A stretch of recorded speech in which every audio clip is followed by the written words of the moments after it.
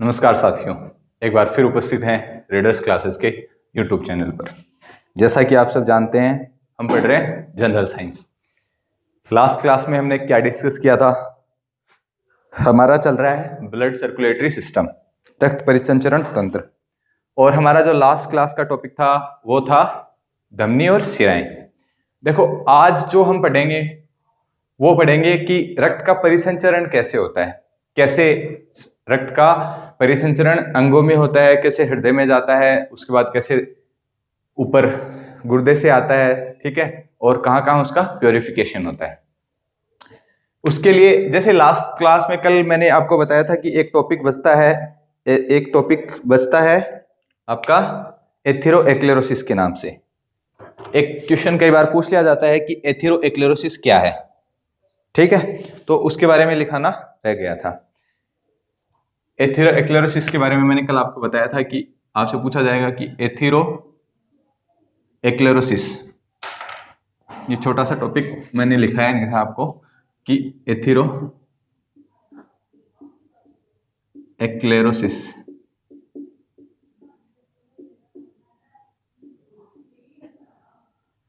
क्या था। एथेरोएक्लेरोसिस, इसकी क्या डेफिनेशन बनेगी, परिभाषा क्या बनेगी? इसकी परिभाषा कुछ ऐसी बनेगी कि जैसे धमनियां और शिराओं, मतलब रक्त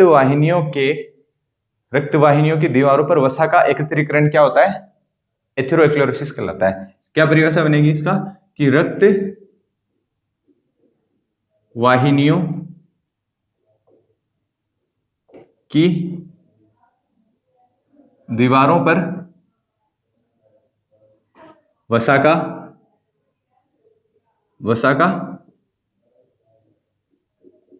एकत्रीकरण होने से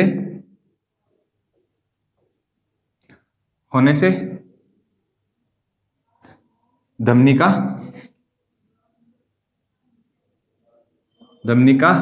बंद होना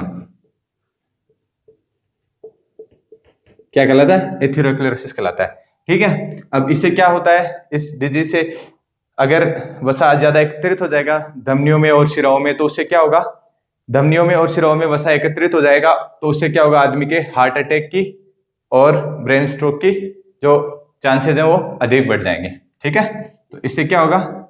इससे हृदयघात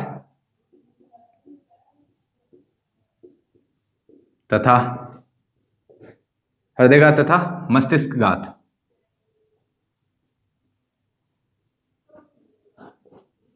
की संभावना बढ़ जाती है। मनुष्य में क्या हो जाता है? हृदयघात की संभावना बढ़ जाती है, ठीक है। ये है एथेरोएक्लेरोसिस। कई बार पूछ लिया जाता है एग्जाम में, बस थोड़ा सा ध्यान में रखना, ठीक है। अब हमने जो लास्ट क्लास था उसमें क्या एंजियोप्लास्टी वगैरह, जैसे रुधिर वाहिनियां जितनी भी हैं उनकी मरम्मत क्या कहलाती है? एंजियोप्लास्टी। उनका अध्ययन क्या कहलाता है? एंजियोलॉजी या एंजियो। उनका निर्माण क्या कहलाता है? एंजियोजेनेसिस, ठीक है। इसके अलावा जैसे रुधिर वाहिनियों का जो एक्सरे लेते हैं उसको क्या बोला था? एंजियोग्राफी, ठीक है। किसी भी चीज का चित्रण क्या कहलाता है? ग्राफिक। आज जो हम पढ़ेंगे हम परिसंचरण के बारे में, कैसे रक्त का परिसंचरण होता है। देखो, मैं एक चित्र बना रहा हूं कि कैसे हमारे शरीर में कौन कौन से अंगों में रक्त का प्रवाह होता है। तो ये आप ध्यान रखिएगा। ये हमारा हार्ट है। हार्ट ऐसा होता तो नहीं है, पर फिर भी समझने के लिए, इसमें कितने कक्ष होते हैं? 4 कक्ष। ये इसमें 4 कक्ष बना दिए। ये कौन सा हो जाएगा? दायां आलेंद, ठीक है। ये क्या कौन सा हो जाएगा? दायां नीले। ये कौन सा कक्ष हो जाएगा? बायां आलिंद।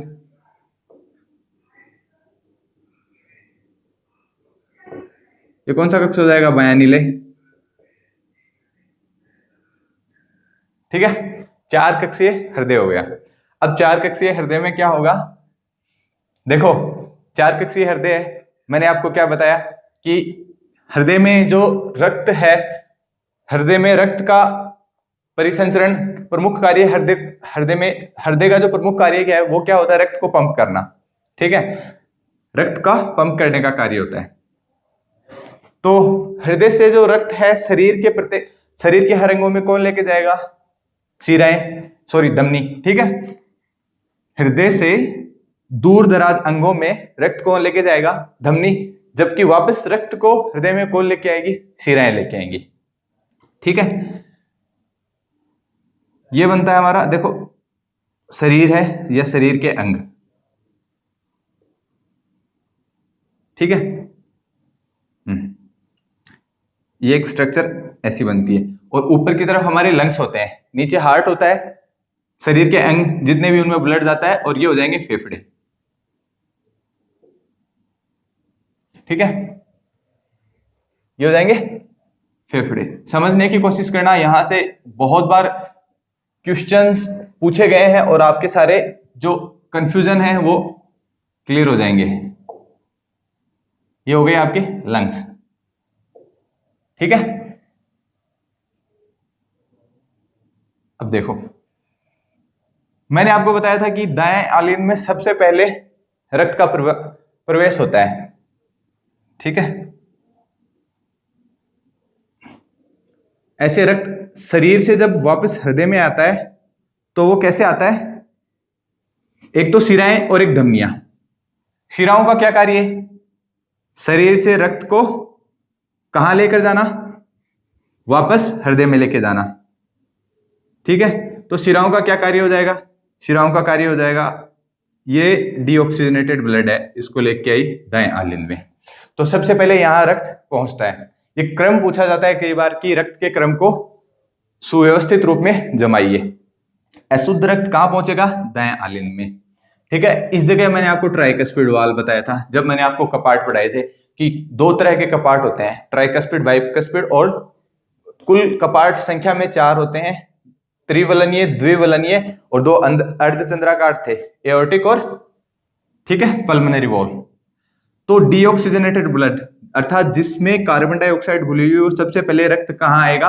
दाएं आलिंद में। फिर ये क्या है? कपाट खुलेगा। इस कपाट के खुलने से जो रक्त है वो दाएं नीले में प्रवेश करेगा। फिर दाएं नीले से जो रक्त है वो रक्त कहां जाएगा? वो जाएगा फेफड़ों में। अच्छा, फेफड़ों में, लंग्स में कौन सा ब्लड जाता है? वो ब्लड जाता है जिसमें कार्बन डाइऑक्साइड घुली हुई हो। तो देखो, ये क्या है? ये सीरा है। सीरा क्यों है? क्योंकि इसका कार्य क्या है? डीऑक्सीजनेटेड ब्लड को हार्ट में लेके आना। पर इसका क्या कार्य? पूरे शरीर में जितना भी ब्लड है उसको हृदय में लेके आएगा। तो इसको क्या बोलेंगे? महासीरा। ये हो जाएगा महासीरा। ठीक है, अब इसके बाद देखो, सीराओं का क्या कार्य था? लास्ट क्लास में मैंने आपको बताया कि अशुद्ध रक्त को कहां लेकर आना? हृदय में लेकर आना। जो भी हृदय के अंदर रक्त लेके आएगा उसको क्या बोलेंगे? सीरा। और जो भी रक्त को हृदय से दूर लेके जाएगा उसको क्या बोलेंगे? धमनी। ठीक है, ये कॉन्सेप्ट यहां तक क्लियर है? यहां देखो, इस जगह क्या है? हृदय को रक्त से दूर कौन लेके जा रहा है? हृदय से रक्त को दूर कौन लेके जा रहा है? हृदय से रक्त को दूर लेके जा रहा है, ये इसको क्या बोलेंगे? धमनी। क्योंकि ये कौन सी धमनी हो जाएगी? फुफ्फुस में जा रही है और हृदय से दूर जा रहा है। हृदय से दूर जाने की वजह से इसको धमनी बोलेंगे, और फुफ्फुस में जा रहा है तो इसको कौन सी धमनी बोला जाएगा? फुफ्फुस धमनी। इन दोनों के नाम क्लियर हो गए आपको? ये क्या हो जाएगा? महासीरा। क्यों होगा महासीरा? क्योंकि रक्त को शरीर से कहां लेके आ रहा है? हृदय में। अब देखो, यहां क्या रिएक्शन होती है जब आपको श्वसन क्रिया पढ़ाई जाएगी, तब मैं बताऊंगा कि कैसे हमारे श्वसन क्रिया होती है, कैसे हम ऑक्सीजन लेते हैं, एटीएस सिस्टम होता है। ठीक है, O2 हम लेते हैं और CO2 हम छोड़ते हैं। तो लंग्स में क्या होता है? ब्लड का प्यूरिफिकेशन होता है। ठीक है, कौन सा प्यूरिफिकेशन होता है? जिसमें कार्बन डाइऑक्साइड घुली हो और ऑक्सीजन वापस घोल देता है। तो फुफ्फुसीय धमनी कहां? फेफड़ों में रक्त लेके आएगी। अब फेफड़ों से जो वापस रक्त आएगा वो आएगा हृदय में, और हृदय के कौन से कक्ष में आता है? हृदय के आता है बायां आलिंद में। अब देखो, यहां क्या कॉन्सेप्ट था कि जो भी सिरा रक्त को शरीर से हृदय में लाएगा उसमें क्या होगा, डीऑक्सीजनेटेड ब्लड, मतलब जिसमें कार्बन डाइऑक्साइड घुली हुई। पर यहां क्या है, यहां उल्टा है। इस जगह क्या है, इसमें कौन सा सीरा, इसका नाम क्या हो जाएगा, जैसे फुफ्फुस से लेके आ रहा है और ब्लड इधर लेके आएगा तो इसका नाम क्या हो जाएगा, फुफ्फुस सीरा।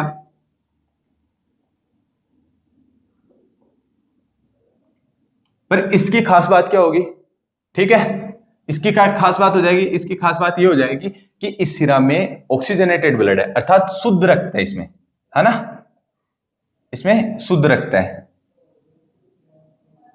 तो फेफड़ों से कौन सा सिरा, ये क्वेश्चन पूछा जाता है कि कौन सा सिरा है जो शरीर में शुद्ध रक्त लेकर आता है, हृदय में शुद्ध रक्त लेकर आता है, ठीक है। यहां पर फिर क्या होता है, बाएं आलिंद में सबसे पहले रक्त पहुंचता है, इसके बाद यहाँ एक द्विविलनीय कपाट होता है, मैंने आपको बताया था, tricuspid wall, bicuspid valve, tricuspid bicuspid, ये हो जाएगा पल्मोनरी, और इस जगह एक एओर्टिक वॉल होता है, ठीक है। यहां से जब प्रकुंचन होता है, हृदय प्रकुंचित की स्थिति में बनता है, तो वापस ये वॉल खुलता है, रक्त बाएं नीले में आ जाता है।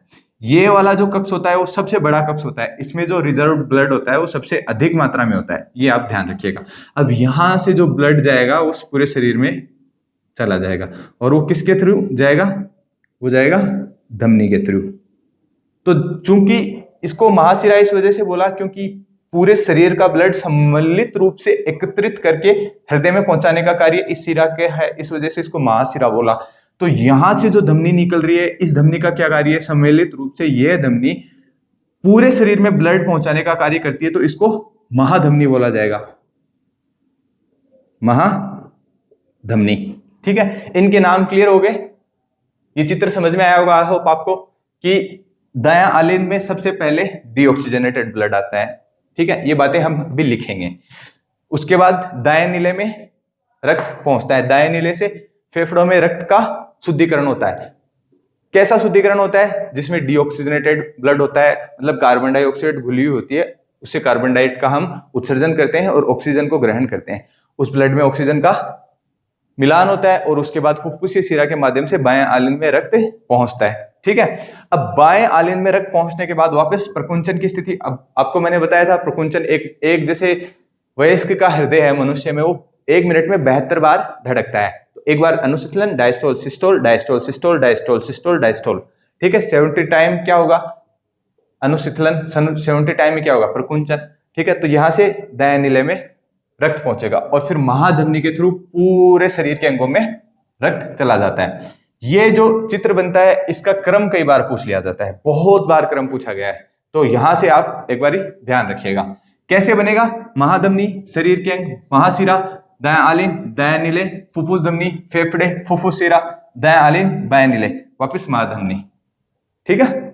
इसका एक क्रम पूछ लिया जाता है। कैसे बनता है क्रम, महाशिरा, ये मैं लिखवा देता हूं आपको, ये आप आई होप आपको समझ में आ गया होगा। अब यहां से क्वेश्चंस निकालते हैं अपन, क्या क्या क्वेश्चन बनते हैं यहां से जो प्रमुख क्वेश्चंस बनते हैं वो क्वेश्चन ऐसे ऐसे बनते हैं। देखो आपसे जैसे पूछा जाएगा कि सम्मिलित रूप से जैसे जितने भी शिराएं हैं, शिरा किसको बोलते हैं, जो ऊपर उभरी हुई होती हैं, जैसे मैंने आपको कल की क्लास में बताया था। तो जितनी भी शिराएं हैं सभी शिराओं में अशुद्ध रक्त बहता है, केवल एक अपवाद है। कौन सा अपवाद है, फुफ्फुसीय शिरा, फुफ्फुसीय शिरा में शुद्ध रक्त बहता है, ठीक है।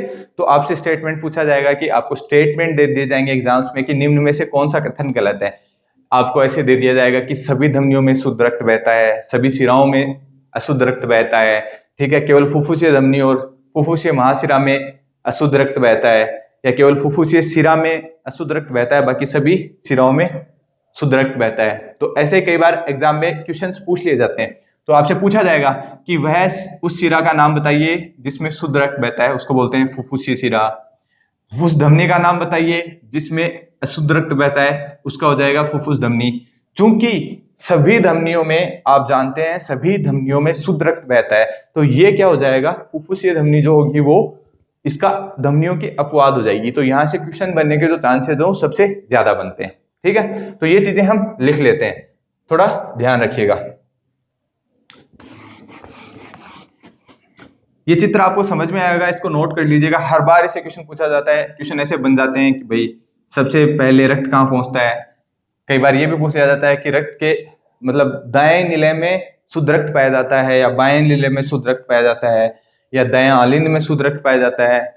तो हृदय के दाईं ओर सम्मिलित रूप से, क्योंकि देखो यहाँ पे क्या है, दाएं दाएं ओर क्या होता है, दाईं ओर यहाँ भी डीऑक्सीजनेटेड ब्लड, अनॉक्सीकृत रक्त, इधर भी अनॉक्सीकृत रक्त। तो हृदय के दाईं ओर क्या पाया जाता है, अनॉक्सीकृत रक्त अर्थात अघुलित कार्बन डाइऑक्साइड घुलित रक्त पाया जाता है, जबकि हृदय की बाईं ओर क्या पाया जाता है, ऑक्सीजनेटेड ब्लड अर्थात शुद्ध रक्त पाया जाता है। ठीक है, अब रक्त का शुद्धिकरण कहाँ होता है, रक्त का शुद्धिकरण दो तरीके से होता है। रक्त में एक तो घुली हुई होती है कार्बन डाइऑक्साइड, एक घुली हुई होती है रक्त में यूरिया। तो जो हमारी किडनी है, गुर्दे हैं, ठीक है, गुर्दों का रक्त का जो प्रमुख कार्य होता है वो क्या कार्य होता है, वो जो डीऑक्सीजन उसमें जो यूरिया घुली हुई होती है उसका प्यूरिफिकेशन करता है। जब हम आपको आगे किडनी पढ़ाएंगे तब बताएंगे। जबकि फेफड़ों का क्या कार्य होता है, कार्बन डाइऑक्साइड निष्कासित करते हैं, जबकि उसमें रक्त में क्या करते हैं, ऑक्सीजन को घोलते हैं। ठीक है, ये चीजें मैं आपको लिखा देता हूं।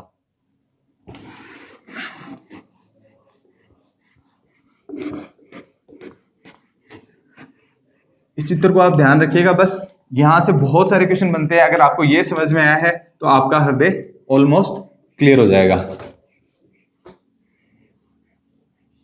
अब हृदय से रिलेटेड कुछ क्वेश्चन ऐसे बनते हैं कि भाई बड़ी धमनी कौन सी है, बड़ा सिरा कौन सा है, ठीक है। उसके अलावा जैसे मनुष्य के हृदय में जो सबसे बड़ी धमनी है वो कौन सी है, बड़ा सिरा कौन सा है, हृदय में कौन सी धमनी रक्त लेके जाती है, मस्तिष्क में, लिवर में, ठीक है, उनको भी हम लिखेंगे।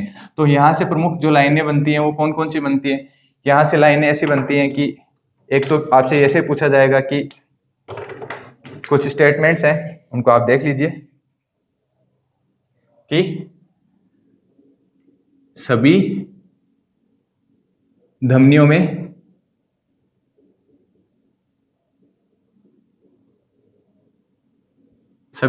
में शुद्ध रक्त बहता है।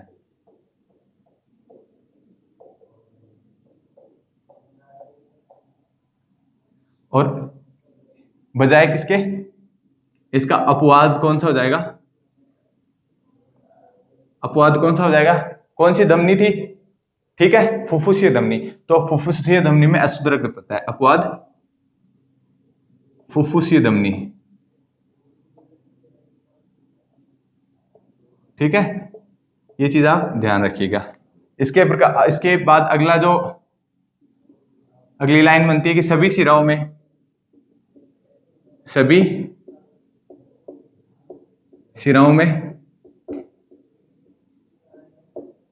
अशुद्ध रक्त बहता है।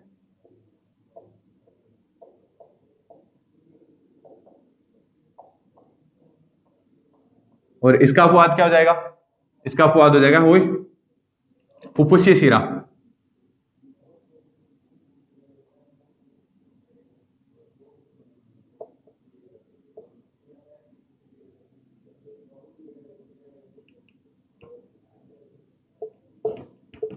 ठीक है, इसके अलावा क्या लाइन बनती है कि धमनियां और शिराओं का जो क्रम है वो क्रम लिखवा देता हूं मैं आपको कि कैसे। सबसे पहले रक्त कहां जाता है, जैसे धमनी में, महाधमनी में। ये क्रम भी आप लिख लीजिए, कई बार एग्जाम में पूछा हुआ है।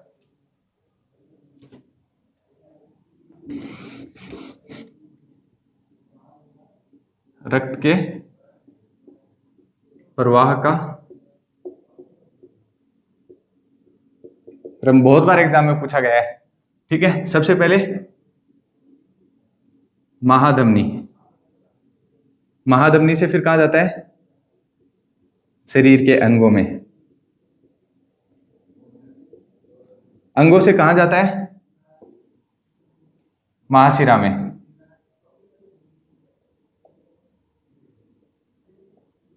महाशिरा से कहां जाता है, दाएं आलिंद में। ठीक है, दाएं आलिंद में, दाएं आलिंद से कहां जाता है, दाएं नीले में। ठीक है, दाएं नीले से कहां जाता है,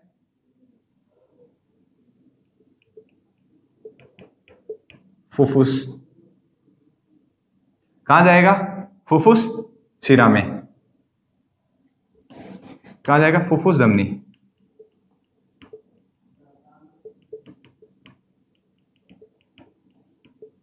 ठीक है, फुफ्फुस धमनी में से फिर कहाँ जाएगा? फुफ्फुस में। ठीक है, फेफड़ों से वापस कहाँ जाएगा? फुफ्फुस शिरा में।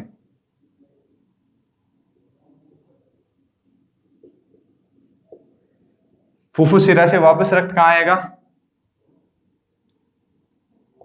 दायां आलिन के बाद बाएं आलिन में। बाएं आलिन में। और बाएं आलिन के बाद रक्त कहाँ आएगा? बाएं नीले में। और बाएं नीले से ये सबसे बड़ा कक्ष होता है, ध्यान रखिएगा। हृदय का सबसे बड़ा कक्ष कई बार पूछा गया है। हृदय का सबसे बड़ा कक्ष, सबसे ज्यादा ब्लड कहाँ स्टोर्ड रहता है? ठीक है, ये होता है हृदय का सबसे बड़ा कक्ष। ठीक है, इसके बाद कहाँ जाता है? वापस महाधमनी में। और ये रोटेशन, ये प्रक्रम चलता रहता है। ठीक है, तो जैसे ये रक्त का परिसंचरण था, इसमें जैसे आपको समझ में आया होगा कि भाई कैसे रक्त का परिसंचरण होता है। ठीक है, प्रमुख इसमें और लाइन है, जैसे मैंने आपको बताई है कि प्योरिफिकेशन के बारे में, ठीक, शुद्धिकरण के बारे में। हृदय का जो शुद्धिकरण है, हृदय का जो हृदय के द्वारा रक्त प्रवाहित होता है, तो रक्त का दो जगह शुद्धिकरण होता है। एक तो होता है फुफ्फुस में, एक होता है वृक्क में। किडनी में होता है, जबकि किडनी में तो जो उसमें यूरिया घुली हुई होती है वो अलग होती है, वो मूत्र के द्वारा बाहर निकल जाती है। जबकि जो फेफड़ों में शुद्धिकरण होता है उसमें क्या होती है? कार्बन डाइऑक्साइड घुली होती है। और कार्बन डाइऑक्साइड जब हम श्वसन की क्रिया करते हैं तो बाहर निकल जाती है और हम श्वसन में ऑक्सीजन ग्रहण करते हैं। ठीक है, ये रोटेशन कई बार पूछा गया एग्जाम में। ठीक है, अब इससे रिलेटेड और जो क्वेश्चंस बनते हैं वो हम कल की क्लास में डिस्कस करेंगे। अब क्या बच गया है हमारा हृदय में कि कौन सी धमनी है, कौन सी शिरा है। ठीक है, हृदय का ट्रांसफॉर्मेशन किसने किया? ठीक है, कृत्रिम हृदय का निर्माण किसने किया? इससे रिलेटेड बहुत एग्जाम में कई बार क्वेश्चंस पूछे गए हैं, तो उनको हम नेक्स्ट क्लास में डिस्कस करेंगे। और आज के लिए इतना ही काफी है। Thank you, good day.